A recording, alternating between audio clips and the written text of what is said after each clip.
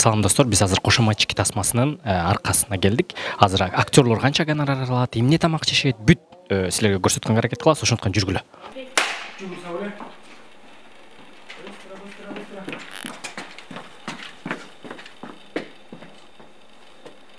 Тишина! Значит. Жакшы жүрөсүң. Денсаулык жакшы эле. Жакшы, Кудай жакшы. Эмне кылып атасыңар? Клип тартып атасың. Мультфильм тарткан жоксуң. Жак, бул жакта темир арылып ачкан, ошо акырынраак сүйлөп эле. Кошуналар кандай? Унчуккан жок, урушкан жок, мындай мешайт эткен жокпу кошуналар? Кошунан баарын эшикке чыгарып келебиз. Кошунан барбы? Жок, баарын чыгарып бердик. Бир кошуна калган. Мындай кошунан баарын чыгарыш үчүн ким болуш керек? Депутат болушуңар керекпи? Ким болуш керек? ККНБнын начальник болушун керек го дейм. Мындай өзү колго кармап туруп, башкача сүйлөбөй берки. Амма сен акалардан түз кармап алып, түз. Короче, даярсыңарбы? Кеттик анда. Тасма кыскача айтып бергенде азыркы биздин окружение айтканда. Окружениеде эмне болуп аткан, кандай болуп аткан, адамдар өзүнүн жумуштарына кандай путь менен жетип аткан. Негизи эле илгертен баштап эле бар Кошо Мальчиктерчи. Орусча айтканда подлизы дегендер. Пахта ковур деп койсо болот. Вот ошолордун мындай именно юмор тараптан көрсөтүп берип атабыз буюрса. Аны мындай ошо Кошо Мальчиктин айынан артынан кайсы нерсеге жетип атышат. Кошо Мальчиктин айынан биздин өйдө жакта отурган адамдар, мындай деле жөнөкөй эле частный компанияда кандай болуп атат, ошонун баарын эмне юмор тараптан бир көрсөтүп берип атабыз. Үчөткөндө ал жер бар да, Кошо Мальчиктер буларды обратно отдельно алабыз да. Үчөө тизилип токтош керек. Жол чей деген сөзүн кошуп коелу ошол жерден. Ушул Кошо Мальчики деп кетиңер, бул идеясы кайдан келди? Сиз ушуну тартам деп. Идеясы негизи эң башкы идеясы тройка мечтателей болчу. Бул 2014-жылы жазылган. 2014 жылы синопсис жазылган болчу, бирок жылдан жылга өзгөрүп келип атып, именно ушул жылы башында Кошо Мальчиктерге айланды да. Полный структура, сюжет алмашты. А так 3 персонаж 2014-жылы жазылган. Ошондо эле. Ошондо эле даяр болгон болчу. Негизи алгачкы тасмаңызда болуп калдык. Буга чейин эмне менен алектенчи элеңиз? Буга чейин сценарий жазчым. Сценарий жазып, опыт алып аткам, үйрөндүм. Башка проекттерде иштеп көрдүм, чоң адамдардын колунда иштедим. Досторум менен иштедим жогу. Ошондо да опыт болот. Буюрса ошол биринчи проектти баштап атабыз. Биринчини баштадыңыз, эми андан ары кандай пландар бар? Буну бүтүп калыптырсыңар уже. Дагы даярбы продукттарыңар, сценарийиңер? Мындан ары дагы бир 27 синопсисим бар. Даяр 2012-2011 жылдан бери жазган синопсистер бар, даяр идеялар. Аларды очерк менен чыгарганга аракет кылабыз. Кинолошчулардын сөзү боюнча, локация деп коет го, ар кайсылар. Режиссер үчүн кандай локация мындай силерге ыңгайлуу? Көчөдөнбү же ушундай офистенби же үйдөнбү силер үчүн ыңгайлуу? Режиссер үчүн ыңгайлуу локация жок деп ойлойм. Негизи режиссер сюжетке кирип кетет да негизи. Вот именно для команды, для актеров, конечно, интерьер жакшы. Чылуу, жумшак иштей беришет. А так натурада иштеш оор. Интерьер дегениңиз баягы үй. Үйдүн ичи, натура, үйдүн ичи, короче. Сиздин баягы жаңы алгачкы баштаган режиссерлукта баштаптырсыз проектиңиз. Сизди баягы дем бере турган кайсы режиссерлордон аласыңар? Баягы илхом, мындай айтканда кумир туткан режиссерлоруңуз. Кумир туткан биринчи эле очередь меники Кристофер Нолан. Ошонун кинолорунда өскөм, прям 2005-2006 жылдан бери каждый киносун калтырбай кинотеатрдан көрүп келген болчумун. Эми андан тышкары эле башка режиссерлор бар. Çünkü стилистика, поле сценарий жагынан именно Нолан жагынан жакын. Если даже мен андай кылбайын десем деле, ал кинолорун көрүп өсүп, өзүм эле уже на подсознательном уровне эле ошол жака кете берет экен да. Аны анча-мынча командадагылар да байкаштыр. Вот ушундай. Кыргызстандан кайсы режиссер сиз үчүн деп? Кыргызстандан кайсы режиссер дегенде биздин улуу режиссерлор эле го дейм. Төлөмүш Акеев дегендер. Ошол тараптар эле дем күч берет бизге үчүн. Кыргызга чудо деген кинолор бар, вот ошолордун баары дем күч берет бизге. Ошо ишиңерге ийгилик буйруса жакшы тасма күтөбүз. Качан чыгат бул тасмалар? Да, буйруса 15 мартта атабыз. 15 мартта уже во всему Кыргызстанды беребиз. Эми Кыргызстанда болбосо дагы, Кыргызстандын ичинде, андан тышкары ошо Москва, башка өлкөлөргө берүүгө аракет кылабыз. Кыргыз эли көрөт турчу жерлерге апарып. Обязательно. И андан тышкары эң аягында келип бул жака кайрылат.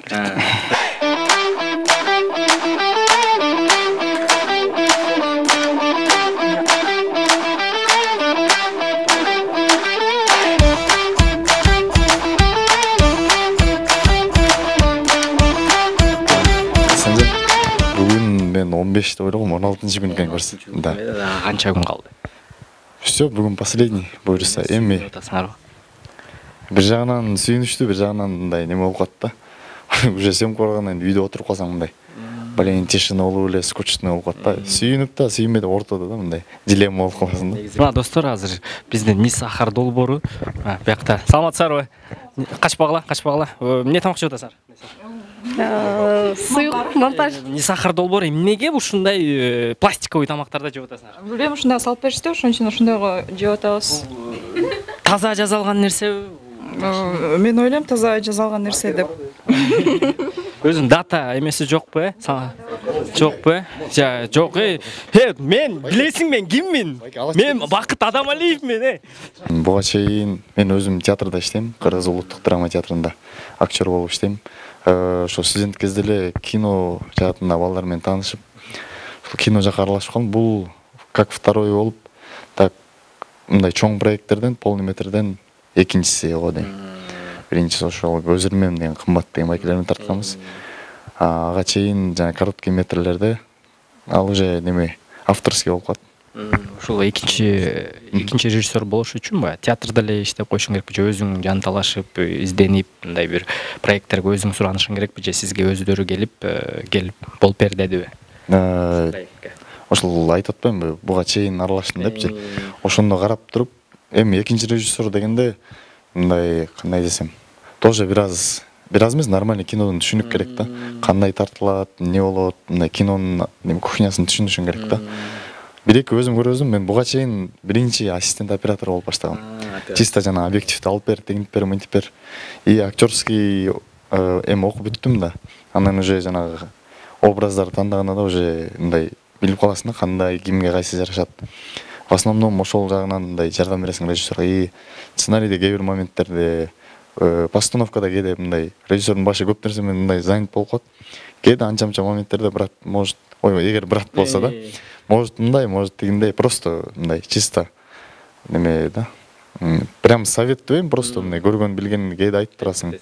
Ушундай. Негизи жаңы актерский кино жака жаңы кадам таштап аткан жаш балдарга, жаш кыздарга, көрүүчүлөргө киного түшүш үчүн эмне аракеттер жасаш керек? Давай биринчи киного түшүү боюнча баштайлы. Киного тартылыш үчүн биринчиден ичиңде мына желание болуш керек, каалоо болуш керек да. Аябай каалоо болуш керек. Каалоо аябай күч болуш керек, эгер окуган эмес болсоң.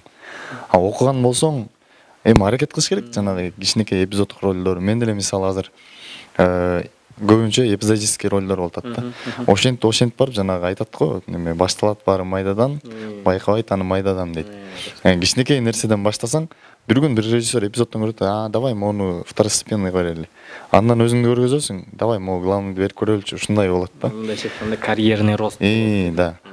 Ошол үчүн эгер окуган эмес болсо, эми ал Кудайдан берген талант болот. Ал аракет кылыш керек, анан сразу эле главныйды алам деп аракет кылыш керек. Мен кастингтерден көп байкадым да. Главныйга албайсың, анда мейли рахмат деп коет. Кичинекей нерседен баштаса бир күн жетет. Окугандар болсо, эми кино мындай да. Типажың келип калат, типажың келбей калат. Типажың келсе да, келгенде видеопробадан голосовой же бир нерсе темпоритм мындай.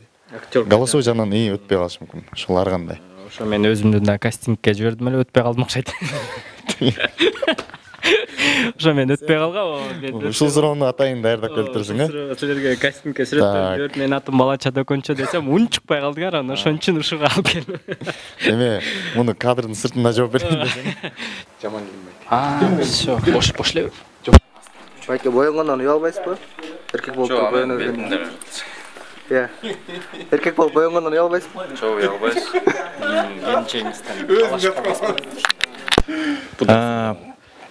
План деле жок эми, бирок керек болсо талаша беребиз сизге. Аман сат болдун. Азыр Нам болчу, рахмат. Анан эле съемка кандай жүрүп атат? Жакшы элеби? Ар кандай жүрүп атат. Кандай? Көбүнчө жакшы болуп атат. Сизди баягы Кыргызстан обонун алып баруучусу диджей катары билебиз. Бул тасмага кантип келип калдыңыз? Канчанчы тасмаңыз дебюттук бул? Неме мындай? Ушу башкы ролдордо биринчиси дебюттук. Калгандарымда эпизод немелер болчу. Да тартылып кеткен Чакапака кармап өтүп кеткендер ушулар. Алыстан баягы диджейсиз анан актёрсуз. Кайсынысы сизге оңоюраак? Сиз да мындай жардам берет экенсиз да, бу ташышып. Шуну ашырып берди да мына жерде. Раз ашырып берди. Эле. Суроону улантып кетели. Кайсыл жери сизге жакыныраак, оңоюраак? Диджей или актер?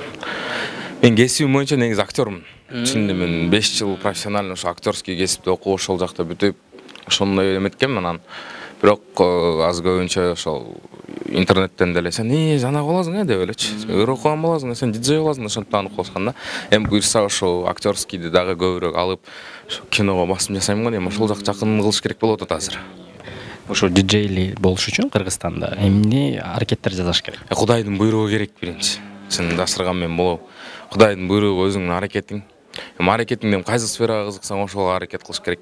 Мисалы, морале жана диджей деп эле сен жаныңа келе кандайсың деп же болсо жошу деп калышат го. Андай мисалы ал халтура да. Мен мисалы антип эле сүйлөйм деп туруп, кандай деп эле. Ушундай эле да. Радиодо деле ушундай эле болгон аракет кылсаң, анан ошол тармакты изилдеп көрүп, барып жана кастинг-мастингтерге катышып, башкаларынан көрүп, анан ошондо болот го дейм. Кыргызстан оондоруна кантип келип калдыңыз эле негизи? Чакыруу менен баргам. Өздөрү чакырышканда, мен ага чейин башка радио станцияда иштечимин. Ал радио станциядан чыгып бир телеканалда иштегем. Ал телеканал өзүнүн ишмердүүлүгүн токтоткондон кийин, анан кийин ошол жакта иштеген байкелер чакырган. Элишбай кел, иштейлем, дальше радиону улант деп. Гонорар жөнүндө сүйлөшүп кетели. Кыргызстанда бара диджей болуп акча тапса болобу? Болот да, үй бүлө баксаң болот иши. Салыштырмалуу кинодон көбүрөөк таап атасызбы же радиодон? Чын айтайынбы? Экөөнүкү бирдей эле болуп калат го дейм. Чын айтсам. Бирок эң жакшы тойдон тапса болот да. Эмбактан акча которойн деп атасыз. Ошо азыр эмбактан акча которуп туруп анан кийин. Мен айтайынбы? Так, кандай сар? Сонун рахмат, өзүңүздөр кандай? Жакшы. Съемка кандай жүрүп атат? Съемка сонун жүрүп атат. Кат сүйлөсөк болот. Биякта эмес мындай кат эле. Каарманыңыз жөнүндө айтып кетсеңиз. Менин каарманым буга чейинки боло элек. Буга чейин мындай каарман болгон да эмесмин. Буюрса сонун жаңылык болуп болуш керек деп толук ишенем. Баягы сиз кайсыл убактан баштап баягы чакыруулар көп түшүп баштады? Сизди тасмалардан көп көрүп баштадык да. Негизи могу акыркы сабактан кийин эле го дейм. Ошондон кийин эле көп сунуштар болду. Ошо акыркы сабакка чейин мындай эмне менен алектенчи элеңер? Мен окууну жаңы эле бүткөм ошол жылы. Как раз бүтөрүм менен эле анан акыркы сабакка тартылганы кеттим да. Ага чейин эчтеке менен эмесмин, ошо окуп болчумун эки. Театральныйда окудум, бүттүм. Ушу бир жылда акыркы сабактан бери бир жыл болуп калды да. Канча тасмага тартылып жетишип калдыңыз? 2 сериал, анан 2 фильм болуп кудай буюрса. Ушунча проекттерден чарчаган жоксуңарбы? Жок, сону дагы да иштей бермекчибиз десең. Келиңиздер десең. Проект деп жүрүп эле мындай үй бүлөнү качан мындай канча кыз деген көп баягы суроо болуш керек кыздаргачы. Чыңгыздын девушкасы барбы деп качан үйлөнөйүн деп атасың? Үй бүлө куруу. Бул суроого мен эле эмес, жеке эл да кызыктар экен. Мен үй бүлөмдө аябай кызыгып сурап атышат. Бул опурталдуу жана олуттуу маселе экен. Кудай буюрса анда чечебиз тугандар. Анда убактысы келет. Көрүп аткан кыздарга сиздин баягы өзүңүздүн идеалдуу кызыңыз кандай кыз? Сизге мындай татыктуу өзүңүз? Идеалдуу адам жок, бирок мага чыдап, мени жакшы көрүп, үй бүлөмдү сыйлап, мыкты кыз болсо эле баары сонун болот. Эми талаптарды кое албайм, ачыгында чын. Өзүм деле идеалдуу эмесмин. Ошондуктан талап деле кое албайм. Так, жылдызыбыз келишип калса сүйлөшөбүз. Мага чыдап дегенде сиз тирансызбы же? Жок, тиран эмес, кеп тиранда эмес да. Просто абьюзер. Азыр абьюзер. Жок, эми ар бир кишинин характери бар да. Ошондо эле, так абьюзер эмес мен аябай жакшымын десең. Жаздыргыла да. Жаздыргыла. Эми айтып кеткендей эле, бул тасмадан ар бир тасмага тартылган сайын гонорар өсүп жатабы? Же ошондой эле өзүңүздүн гонорарыңыз? Жок, жакшы эле, Кудайга шүгүр. Кудайга шүгүр. Мындан да өсө бермекчибиз десең. Мындан да өскөн гонорар күтөм эле, бир гонорарыңыз менен бир квартира алганга мүмкүнчүлүк барбы? Бишкектен. Мен тоңо эле берейин ошоктон. Жакшы тамаша болду бирок. Жакшы тамаша болду. Аты жөнүм Аяна Маликова. Бул тасмада мен аткаруучу продюсердин кызматын кылып атам. Ошондо аткаруучу продюсер деп кеттиңиз. Эмне кызмат кыласыңар ошондо? Аткаруучу продюсерлер Кыргызстанда киного кандай кызмат кылат? Ар кандай.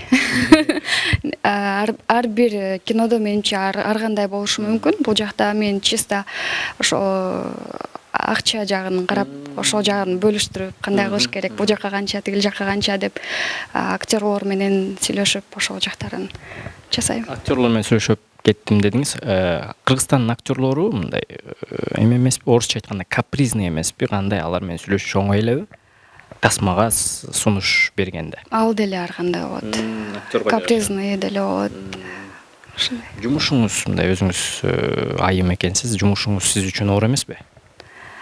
Жеңил эле болуп атат. Ооба. Бул тасмага кантип келип калдыңыз? Өзүңүз аткаруучу продюсер катары. Биринчи опыт. Өзүм деле негизи режиссура жагында окуйм да, кино жагында буга чейин деле аралашып жүргөм.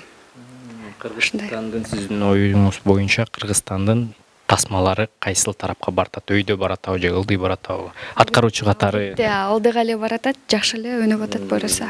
Ошо ишиңерге ийгилик, чоң рахмат. Силерге да ийгилик. Чоң рахмат. Бул 4-чү тасмам болуп калат. Бул жерде карманыңыз жөнүндө айтып кетесизби? Бул жерде менин карманым Тухаусти, бирок бир аз кантайча мындай тупойураак да. Тупой Тухаусти. Ошону буюрса жасап атабыз. Мындай комедийный рольбу же мындай серьезный элеби? Комедийный болот дейм. Негизи өзүңүздүн баягы эме алдыңыз беле, билим алып, театрда иштеп, кантип тасмага келип калдыңыз? Негизи ооба, билим алгам. Бөйсөр Бесенилиев атындагы университетти аяктагам. Азыркы учурда театрда иштейм. Ошо театрда иштеп жүрүп эле акыры киного келип калдык буюрса. Эгер сыр болбосо, гонорарыңыз канча бул тасмага? Гонорар болот эми, Кудайга шүгүр. Үй бүлө баккан болобу? Үй бүлө баккан болот, Сизге баягы суроода өзүңүз жакпаган кандай эмес сунуш түшсө, кандай роль түшсө баш тартмак элеңиз? Бул жөнүндө ойлонуп көрбөптүрмүн негизи, азыр билбейт экенмин кандай экенин. Азыркы учурда ылгабай бүт тартылып аткан кезби же? Негизи биз эми профессионал актер болгондон кийин ылгайбыз, эми карайбыз. Элге айтчу койгандай, биздин максатыбыз кандай, образ мен берет, ошону карайбыз, анан ошого карап макул дейбиз да. Жакын арада трейлер көрүп кеттик, Эшпай деген. Ошол тасма жөнүндө да кичине айтып кетесизби? Ал жерде кимди аткарасыз? Ал ошо Эшпай фильминде Эшпайды ойногом, баш каарман. Ал аябай жакшы. Айылдык бала болуп, жөнөкөй. Бирок шаарга келип, шаарда жашоонун башкача жашоону көрүп, кызыктуу приключенияларга түшүп болот да. Буюрса жакшы, ал дагы. Эң алгачкы тасмаңыз канча жашыңызда тартылдыңыз эле? Эң алгачкы тасмага 27 жашымда Кайынемден кантип кутулам деген фильмге чыккам. Ал жерде башкы роль? Жок, второй степенный десе болот. Ошондо канчанчы тасмаңыз башкы ролдордо? Башкы ролдордо бирөө эко. Ушул экинчиси экен. Экинчиси буюрса. Мындан ары өзүңүз 10 жылдан кийин кандай көрө аласыз? 10 жылдан кийин мен өзүмдү буюрса жакшы элестетем. Негизи оюмда барды, кыялда аябай жакшы, башкача да. Туугандар, могу тамак жөнүндө айтып коелу. Мен бияка келгенде бери 4 килограмм кошуп жүрдүм да. Мындай баарына суюк тамак берсе да, почему-то мага обязательно коюу тамак алып келет. Анан оромо, манты, ушундай да, лагман, жалаң. Мына киши көрдүңөрбү? Ушул киши. Ушу бети менен алып келет мага. Ошон үчүн мен сизге эл алдында рахмат айтам. Мен шартымды түшүнүп, булар 200 сомдук тамак жеп атса да, мага 198 сомдук алып келип атканыңызга рахмат. Себебин айтып берет, өз күнөөлүк. Себеби эмнеге ушу байкеге жалаң эле оромо менен мантын менен бактыңар? Анткени эт жеген болбойт экен да. Кекилик десе кекилик деле таба албай калдык. Анан кекилик жеген болбойт экен, тооктун этин жеген болбойт экен, балык болбойт экен, негизи эле болбойт экен. Анан жалаң эле ошо картошка, гречка, рис. Анан бардык эле жерде тамак даярдап бербейт экен. Бунун сураган тамактарын, анан суюк тамакта бардык эле жерде эт кошуп калат экен. Тауып келесиз эле жок. Негизи Кыргызстанда актерлордо райдер барбы? Баягы мен муну жейм, мындай кылышым керек, мындай кабинет болуш керек. Бар. Бирок бизде анчалык өнүккөн эмес. эми келатат. Ошентип өздөрүнүн баягы коюп талаптарын коюп. Азыр технический райдер болуп калган, неме райдерлер уже неметип калган, кошулуп калган жакшы эле.